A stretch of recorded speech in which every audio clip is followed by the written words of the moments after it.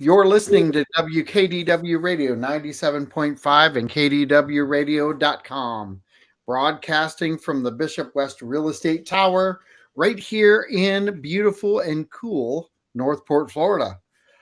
Very special guest in the house. A couple things coming up that we're going to talk about that you all need to pay attention to because there's a lot of good stuff. But C.A.R.E is always a great show for us the second Monday of every month. And there's a lot going on with C.A.R.E, and my really good friend Brooke is in the house. How you doing, Brooke? I'm great. Thank you for having me. I'm a rape prevention educator here at C.A.R.E, and I'm glad to have joined you today. Well, this is fantastic. You've got a lot going on that we all are used to with C.A.R.E. The fact that C.A.R.E is one of the most active organizations in Charlotte County and surrounding areas. It is vital that a couple of things that you have going on get talked about because one is the C.A.R.E ball that's out there, and we just Yes. discussed that you guys sold that out, which you tend to always do. But that's pretty amazing, isn't it?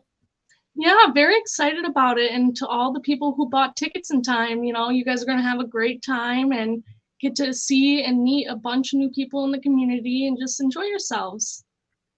How does and I've been to the C.A.R.E ball, and unfortunately I missed my tickets, but how I want you to describe the C.A.R.E ball, what it does for your organization, and truly what it does for people that you're helping.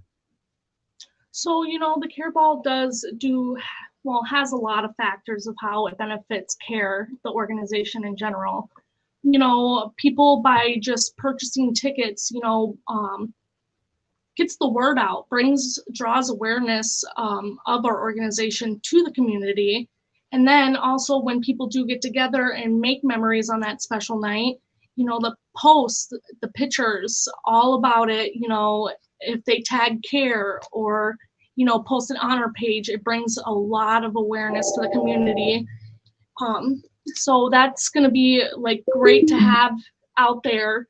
And then for the clients, just having the care ball out there and being seen, and then also having people attend to it, benefits them in a way as we can get more sponsors or people donating to care. And then that way that could benefit them in that way. Absolutely. And there's the outcome with C.A.R.E is really um, kind of set in stone because you guys target sellouts and you hit that goal. And that extra money coming in, the way that you raise it also is different. And we've talked about that in the past. We've been doing shows with C.A.R.E now for about 4 years. And what I find intriguing is that no one ever gets worn out, so to speak, when it comes to going to the different functions and learning and trying to provide more insight to whether it be friends, family, or employees, trying to get that word out that there's help out there in this world for people, isn't there? Yes, and thank you for touching base on that. A lot of people do not know about care, and having the care ball out there, you know, advertises our organization a lot more in marketing. So that way people can be more aware that we even exist and have the type of services that we have, like domestic violence counseling, sexual violence counseling, and support groups, and it draws more attention to us, not because we like it, of course, but but because it just brings awareness to the community and the people in the community so they know we are here to help. And it's people that are in a domestic violence rape situation, men, women, doesn't matter. Um, People who are involved in that, um, there tends to be a reluctance to talk, doesn't there? Yes. So, you also have cultural reasons why, or societal reasons why you don't want to come forth and speak up about what has happened to you or what is currently happening to you. And I understand that completely, just as well as anybody else can see that it might bring some pushback in some areas of your life. You know, if a loved one were to find out what happened, or a family member or friend, you know, they're always worried about it getting out there, but CARE is completely confidential and free. So whatever you say to us does not go anywhere besides the advocate's ear. So I do want to reiterate that it's confidential, and unless told by yourself, that would be the only way someone close to you would find out. But otherwise, we are free as well. And a lot of people kind of hear about our services, but then they're like, no, I don't have insurance, or no, I can't afford it. But it's a good thing. You don't have to. We are here just to help and help you get through what you're going through. You know, you've got another event. I'm going to go, you know, we're going to kind of walk back and forth between the two because you do more than rape and prevention and domestic violence. There are so many different facets of what you guys do, but one of the big ones you've got coming up really affects our community and our state at a whole different level than compared to a lot of states out there. You've got the human trafficking symposium that will be this Thursday from 9 a.m. to noon down at the Charlotte Convention Center. I have participated in that, and the good news is for the listening audience is as I get to be the MC this year of that event, and I'm so looking forward to being a part of the CARE family, even more so than I have been in the past. But to be part of the human trafficking symposium, uh, I'm truly looking forward to getting more educated and hopefully drawing some more attention to this. Why is this so important for our community to wrap their hands around and learn and understand the ins and outs about what's happening with human trafficking in the Charlotte County area? So, with the Human Trafficking Symposium that is presented by CARE and also FCASV, the Florida Council Against Sexual Violence, they bring this symposium to us as a way to educate us, make us aware, and then also kind of gives us a guideline towards how to try and prevent human trafficking. A lot of people don't know, but the state of Florida is number 3 in the United States for human trafficking, which is very high up there. So being made aware of ways to prevent human trafficking, also just the resources that it entails, because we don't hear a lot about the resources at all. It's good to know and get the community involved. And in the symposium, people get to work together in groups, get to interact with each other. It's a lot about, you know, enjoying yourself, even though it's on a harsh subject, you know. So I really do enjoy the symposium, and I'm glad you're going to be there. Excited to see you there. And I hope everybody just takes a moment to sit back and, you know, realize how big this is in our community, in our state, um, and how they can help prevent it or be a good bystander. This is very, very much like everything else that we talk about uh, month after month after month. And it's really the more that we can educate the public on being aware of their surroundings. I think, and I've said this not to you, but I use this as a way to get to the younger generation. I think we've become downlookers. We're always looking down at our phone. We're always paying attention to, you Mhm. know, what the next tweet is, what the next uh, text message you get, and there's so many things that happen on the sidewalks and in the parking lots between your vehicle and the car or a building to another building that used to be what we all paid attention to because we didn't have anything in our hand. And Right. today we have that in our hand. And I think we capture a lot of pictures, a lot of videos when it's brought to our attention. But I also believe that we miss a lot of things because we're not paying attention. And when it comes to human trafficking, they really count on someone not paying attention so that they can actually take them and no one is aware. And that's a big deal for someone who is taken. Is you want people to realize what just happened. Um, you're the younger generation out of the two of us. What is it that you would tell the younger generation about paying attention and being aware and some of the things that you're going to talk about or they're going to talk about at the symposium? So, like with the symposium, shedding light on the darkness of it.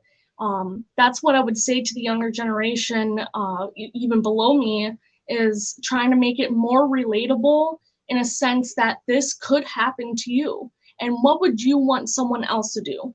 What are you going to be thinking during that time of need? Oh, did anybody capture a picture? Did anybody say anything? That's a big one. Is anybody going to say anything? And a lot of the times with society, just being in groups in general, we tend to ignore what happened and the critical stance of the situation because of the presence of others. So they may think, oh, they probably already called 911. Oh, I don't want them to think I'm a tattletale. So really, it's about thinking what others think of you, but really, you need to stand up for how you believe, what you think is right, and just taking that step and, just reporting it to law enforcement.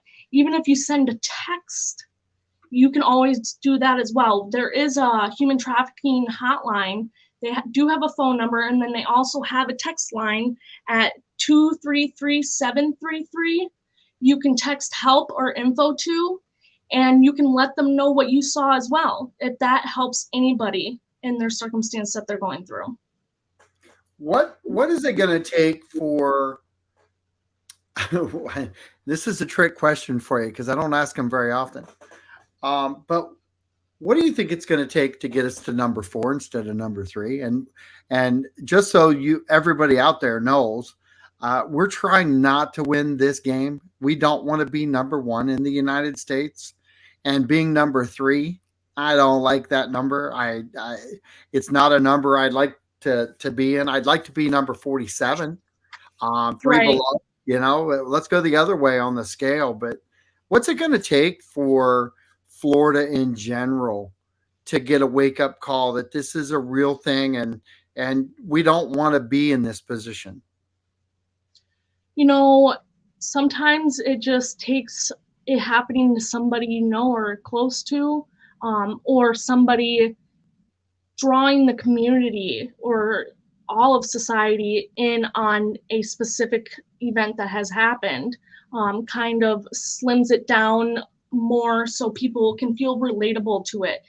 It's really about understanding your surroundings. Like I said last time, I'm big on, being mindful and aware of your surroundings at all times. So when you are, say you're a flight attendant, flight attendants can be more aware about, the younger population or any population as they do talk to passengers, just like, are they okay? Or do they look okay? You can tell a lot about someone's situation just by the demeanor they have. Is someone a little skittish or scared? That might indicate that they're in a bad position where they're sitting, and you might want to investigate a little bit more. Really, curiosity. Uh, that will draw a little bit more mindfulness to the situation, and then that way you can assess it at the time. And it doesn't hurt to go ask a coworker or a friend. I don't think, and no one should ever think, it's a dumb question to ask when it involves human trafficking. You can always just throw it out there. Hey, does this seem like an odd situation to you? If that makes you feel more comfortable, but at least verbalizing it, getting it out there, then you're drawn to be aware of it a little bit more and maybe help somebody in need. So if we all just work together and maybe become fluent in the signs of human trafficking, then we can look on implementing it. The cities and the county itself, we're kind of set up where it's easy to take somebody out on a boat, leave an area. We've got easy access points a lot of times. We have big events that happen that are usually, let's just use Punta Gorda as a part of this whole assessment. You've got downtown events. You're right on the harbor. Things can happen in a hurry, and they don't have to be necessarily things that you're going to hear, or you do see a lot of things. I think people need to start paying attention to their surroundings a lot more. Uh, in I think it's going to change everything if we could learn how to assess better what's happening in our surrounding area, because you could take all of these things, the domestic violence side of things, you could take the rape side of things, you could take the human trafficking side of things, and I bet that if you took a check mark list, uh, one of the top three things is paying attention to where you are, paying attention to who you're with, paying attention to who wants to have you go with them. All those types of things. All three of these categories kind of fit in that. I think the top three things to do would be to figure out, am I in the right spot, or do I need to be more protective of where I'm at? And I don't care whether you're a guy or a girl. It the At the end of the day, I tell this story back because my dad, when I was younger, uh, I Columbus, Ohio, we were allowed to drink at 16, and so he took me to the bar at 16 because I was the big shot. I was able to go, and I went out with him on a Saturday morning after he got off work at Buckeye Steel, and he said, "So I want you to teach me how to go into a bar." So he took me to a bar down on Parsons Avenue. And the bar on Parsons Avenue was not the typical bar that I would have chosen, but it was a great bar for experience because it was out of my comfort zone. It was out of the territory I lived. And gee, those are check marks that go along with a lot of things that we're talking about within the symposium of paying attention to your surroundings. So when we walked in the front door, we walked in, we sat down, and I went over and I sat at the bar, and he says, "So now you did it your way and it was wrong. Now you're going to do it my way." So we went back outside, and he walked in. We stopped at the front door, and he said, "What's on the floor right here that you just walked over?" And I said, "I don't know." And he goes, "That's the blood stain from the gunshot last night." And I said, "Okay." So we went in the bar anyway, and we went in and we sat down. Well, we didn't sit down at the bar. We walked past the bar and we sat with our backs towards the exit at the back of the room. And he goes, "You want to make sure that you see everything coming in the front door, and your best bet is to duck and go if you see anything you don't want to be around." Gee, I think you could like put that in the check marks of all the things about paying attention to your surrounding areas. We continued that process, and I got to tell you, the first two, I still have a problem, and my wife will tell you that when I go to dinner I have a real problem with my back towards the door. I get very uncomfortable. I even if it's somewhere I like going, I like having my back against the exit. I like seeing what's coming in the room. I'm very uncomfortable if I don't. And it's something that at 16 it sunk in, and I still talk about it today. But imagine if we could all do that everywhere we go, Mhm. and utilize just that tidbit of information to maybe keep ourselves and others safer. Uh, Yes. and I'm gonna spin this to you now for a second, because I told you those insights that my dad gave me at 16. I don't know that you go out to drink or where you go, but is that something that you put into play, or is that something you may put into play now? So that's funny you bring that up, John, because it was just yesterday morning I went out for brunch and I had asked the person I was sitting with, well, near, I was like, can we switch sides? They're like, why? You want to be out of the sun? I said, no, I'm uncomfortable with my back to the crowd. I like to know my surroundings at all times. If I can't get into a position where, my back is completely against the wall, I will then start counting how many people are behind me. What exactly are they wearing? Like, is there any bright colors that they're wearing that I can tell if they walk past me that I know that person's not behind me anymore? Um, I have a lot of tells, and then also, making it aware to yourself and the people you're with on where the exit is, and how many exits there are. So, because there could be any time, any moment, that something happens, and it doesn't have to always lead back to, human trafficking, sexual violence, or domestic violence. It could be any violent crime. If we encounter a situation, we want to know if you were to be asked or, questioned by the police, can you tell them your surroundings? Can you tell them exactly what happened? I'm always looking at the clock to know what time it is. So hours don't slip by me and then all of a sudden it's completely different time of the day.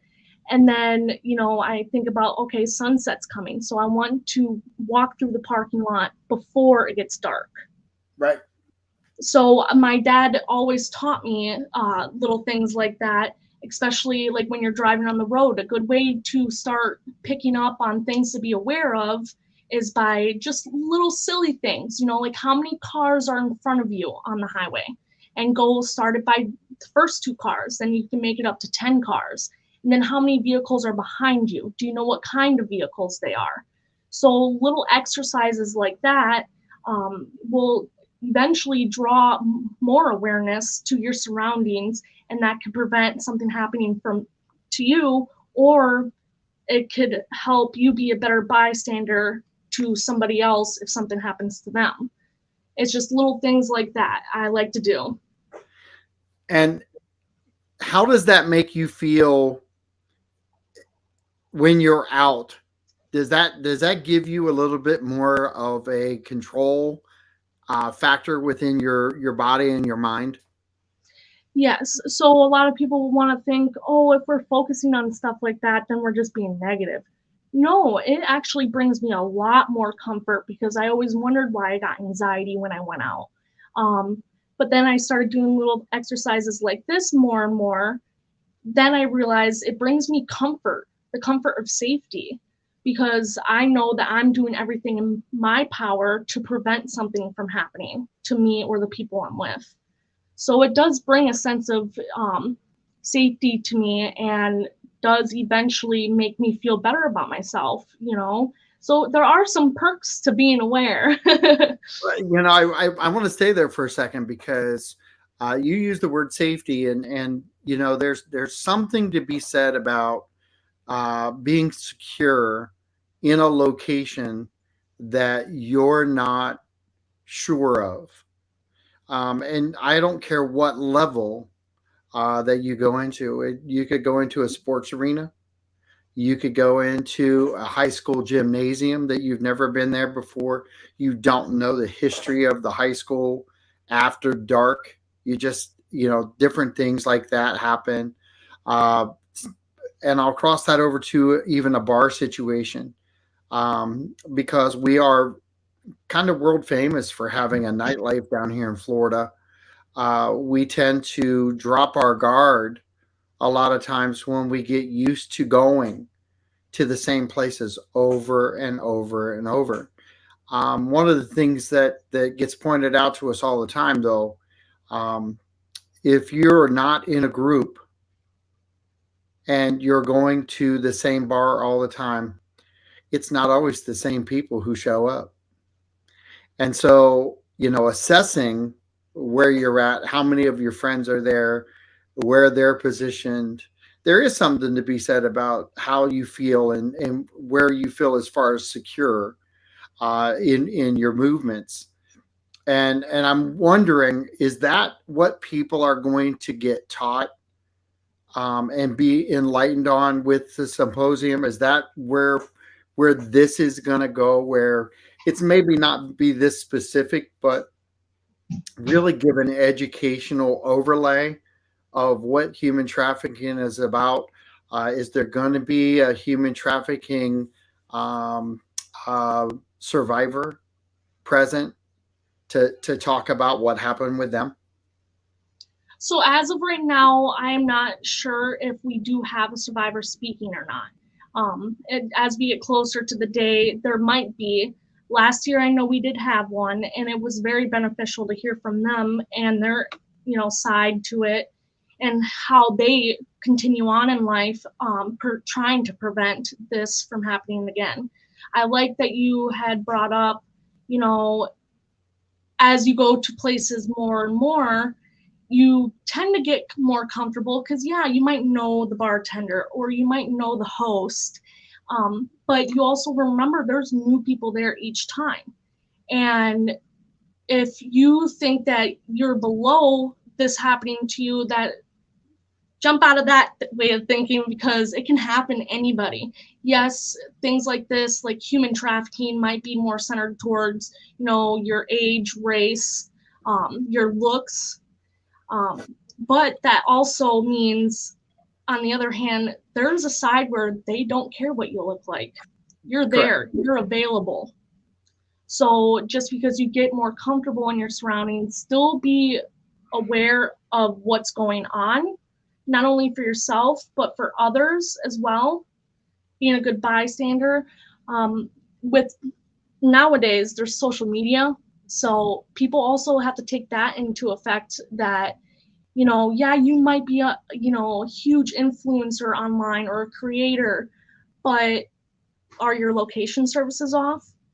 Because a lot of people, and I have had it happen to me before, where I get a text message and someone says, "Hey, you're at this place right now." I'm like, "How did you know?" And it was really uncomfortable. But they said you need to go into your Snapchat, into your Instagram, into your Facebook, and shut off your location settings. So just like that too, if you're made accessible more on the internet, people can just figure out where your local place to eat is and go find you there. So it makes it easier for perpetrators. Let's talk about that for a second, because your human trafficking type scenario, in what we've talked about in the past, um, there seems to be a huge amount of information that they already have about the person, in the sense that they kind of know what they're about. They've become a target earlier. It may not be weeks out, but it could be hours out. And they look at habits, they look at their behaviors, they look at who's around them. Are they paying attention? How, there's so many. I had a police officer one time tell me that you can spend all the money you want on trying to secure your location, but keep in mind that a criminal spends 8 hours a day trying to figure out how to undo what you did in 5 minutes. So if you utilize that same information into human trafficking, this is not a game that they lose. If they were losers at this game, we would not be number three. Um, Right. they play this game to win, and they play with no rules. And so, we walk around, um, most of our lives, and that moment in time when you're at your most vulnerable state is exactly the time where they like to find you. Those types of scenarios that play out, you're talking about an emotional state. You could have a bad day. You're out there with your friends. You kind of lose your cool. You say, I'm going to take a walk around the block.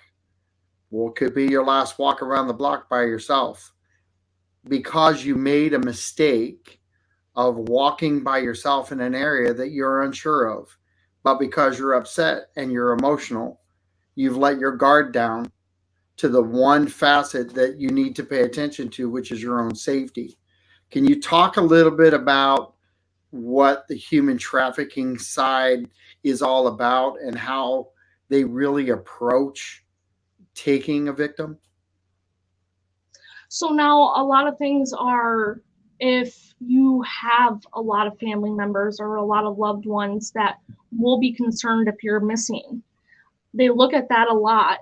And then also, if you're in school or out of school, and if you do go to school, like, which ways do you take to school? And so if they take you in the morning, nobody's going to be looking for you until the school contacts the parents. So they have all this time, a big window frame for them to have gotten away with the crime. So if we're mindful, I'm going to take this route exactly to school every single day. You let somebody know if you're on top of it. Um, Also, different factors like, they can go on your Facebook and see who your friends are, who you interact with more. They can see, in what best case scenario can I make this look like, oh, their so and so friend did it.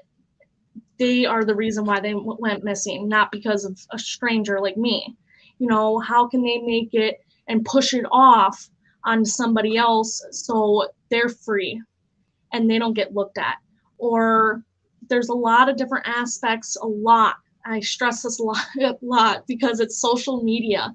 They get a lot of their information on what you put on the internet, um, how to get you, when to get you. Um, and it's kind of like advertising your face all over. So I mean, you're giving them a clear picture of, oh yes, this is the person I want, and now they just have to do the investigating. And you think because you do have passcodes and all this stuff, to protect your privacy, really, if you're on social media, there's not much privacy at all. Yeah. And that stinks to say, but if you're made aware of it, we can try to be more mindful on what we do say on the internet. Even if you're interacting with somebody through Facebook Messenger and you're giving them all these details about yourself because you're getting to know the person. Well, in reality, someone can access that and know exactly how to portray themselves as you. So they can start, say they did take you, they can start texting people and acting like you. People will go that in depth, to make sure they get away with a crime. And then also, if I learned a certain way that people can start helping, and it's kind of unique. But if people start becoming more aware about different ways to be human trafficked or the signs to help somebody and notice if somebody's been human trafficked, to bring more awareness, a good way for you to be a good bystander also is that if you donate clothes, you can actually write the human trafficking hotline number inside on the tag.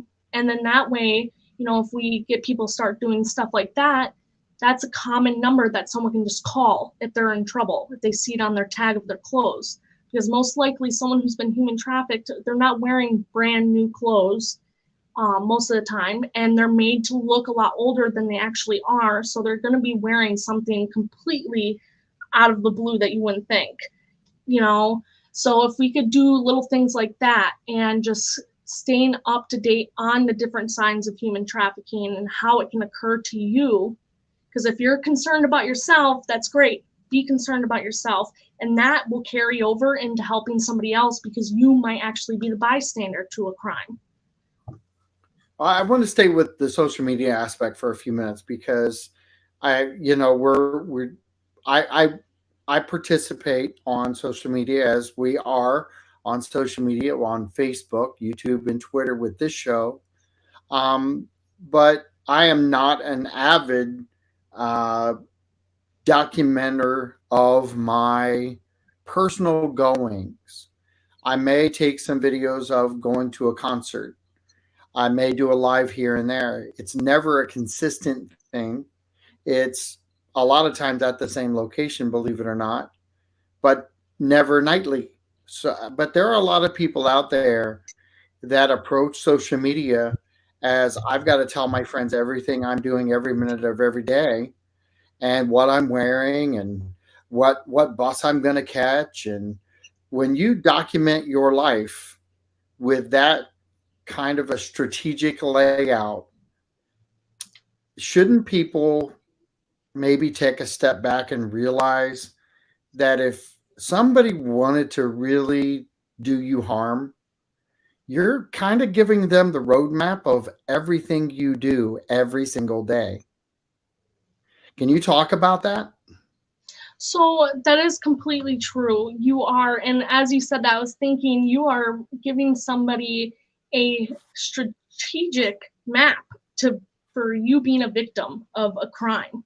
So I mean, by posting, I get that because I myself like to post on social media and let everybody know what I'm doing, what hot late new thing I'm up to. But if you think about it just for a second and the negative aspect of it, who's watching this exactly? Who has access to watch this? And I want to iterate that even though you have your privacy settings, up to the nine on your accounts, it's not going to prevent everybody or the wrong person from seeing it. So if you look at your social media, just be a little bit more mindful. Like, go through it. Am I setting a pattern? Is there a pattern in the way I go out or go out into the community? Or is there a certain group of people that I'm associated with? So that's a great way to learn, what I'm doing at all given moments, because I'm giving a roadmap of my life and posting it out there for a perpetrator to find and for them to use against me so they can get what they want. Now, little steps is, like I said before, is just turning off your location setting. Um, I know we like to put in our bio information, I work here and all this stuff, but do we want that to be known to everybody? Would you just walk up to a stranger, at a restaurant and say, "This is where I work"? No, you probably wouldn't. So I wouldn't post that too personal of information all on your social media. Just little things, if you're made aware about it now, you can go back and look at all the things that were red flags, or green flags for the perpetrator, but they're red flags to you on your social media page. I want to stay at the social media side of things here real quick and kind of glance off into one other aspect of what's happening in today's world, which is a lot of the dating apps that are out there. I've unfortunately I've got a lot of friends that do the dating apps.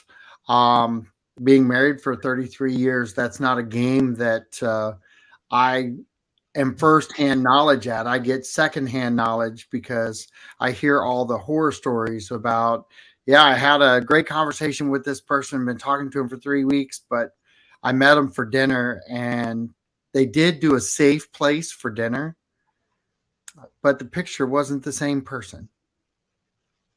So, you know, not to bring dishonesty into this, but I got to tell you, I haven't heard a human trafficking story yet that was about honor. There is something to be said for slowing your roll. I call it slowing your processes, because when you speed your processes up, you miss things. When you speed your processes up, you're making decisions that you normally don't make. When you speed your processes up, it's exactly what they're looking for you to do. And that's their job. If they can get you out of rhythm, if they can get you out of your normal behavior pattern, if they can break you down in a matter of minutes, it only takes a matter of seconds to put you in a vehicle and wisp you away. Mhm. What happens to a human trafficking situation where the victim is taken? What does the victim go through? So now there's multiple different ways to go I about know. that. I know.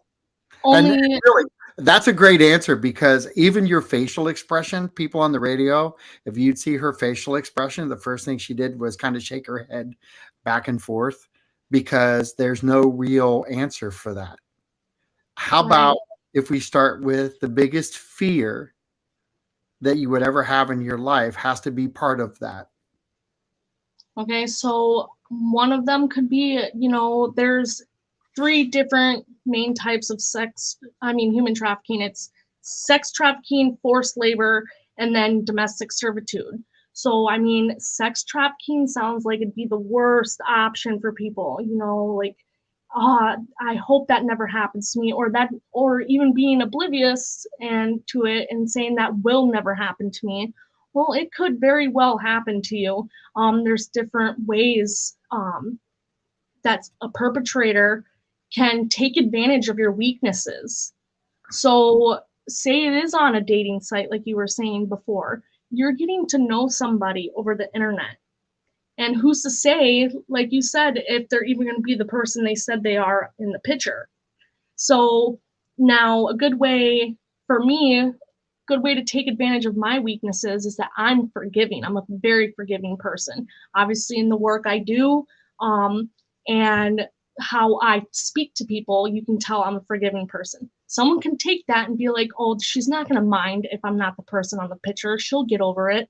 So now they take advantage of that and they push it. And now I'm stuck in a awkward situation where I'm like, oh, should I just accept this or walk away and be rude? They're hoping you're going to think that because they already trained themselves all about you and your characteristics, your qualities that you have, your mannerisms. They know everything about you. So a lot of the times, which is scary to think about, but it could happen to you, is for sex trafficking. They want to make sure you're pretty. Everything you're posting on social media, they're like, ooh, yep, great. That's who they want. So if you think about it that way, I'm not saying stop posting completely, just be a little bit more aware to how you post and who it's being seen by. So, I just actually pulled this up, and I was wondering, because I never we've really never identified areas. So I put in on Google, human trafficking Florida, and Tampa, 1 hour north. 1 hour north. Think about that. 1 hour north is our number one area in the state of Florida. 1 hour away. hmm, I gotta tell you, if they're getting you here and they're getting you up there, there's enough boats, airplanes, ships. There's so many things going out of the ports up there, let alone the fact that ownership of boats, there's bigger boats, there's ships of all sizes up there. I gotta tell you, that's shocking that it's there. We're number three in the nation. Tampa's number one, and it's an hour away. And I gotta tell you, uh, I don't know that we hear as much about human trafficking in this area, um, because we also have another problem here that a lot of cities don't have. And we don't have media here in mass numbers like a city like Tampa has. Right. We have them in Sarasota, we have them in Fort Myers. This kind of is a dry area of the South Sarasota County all the way to Cape Coral. Uh, the the the bleeps that we receive, we kind of found that out with the national news on the last murder that we had that went national. We get drawn in to media conversation. We never get talked to or featured in awareness situations. It just doesn't happen like that. And I think that this conversation, hopefully people will share it. We've had a lot of people kind of click on, and I know they're working right now, and they do share my stuff on Facebook, YouTube, and Twitter. You can find us on Real Talk 97.5. You can go to KDW Radio and you can listen. Anything that you can do, go to CARE's Facebook page, share the information, come down to the symposium and be part of that on Thursday. Uh, if you've got daughters, sons that are, I would say, independent thinking, non actively aware of their surroundings, this might be a good opportunity, even though they would miss some school.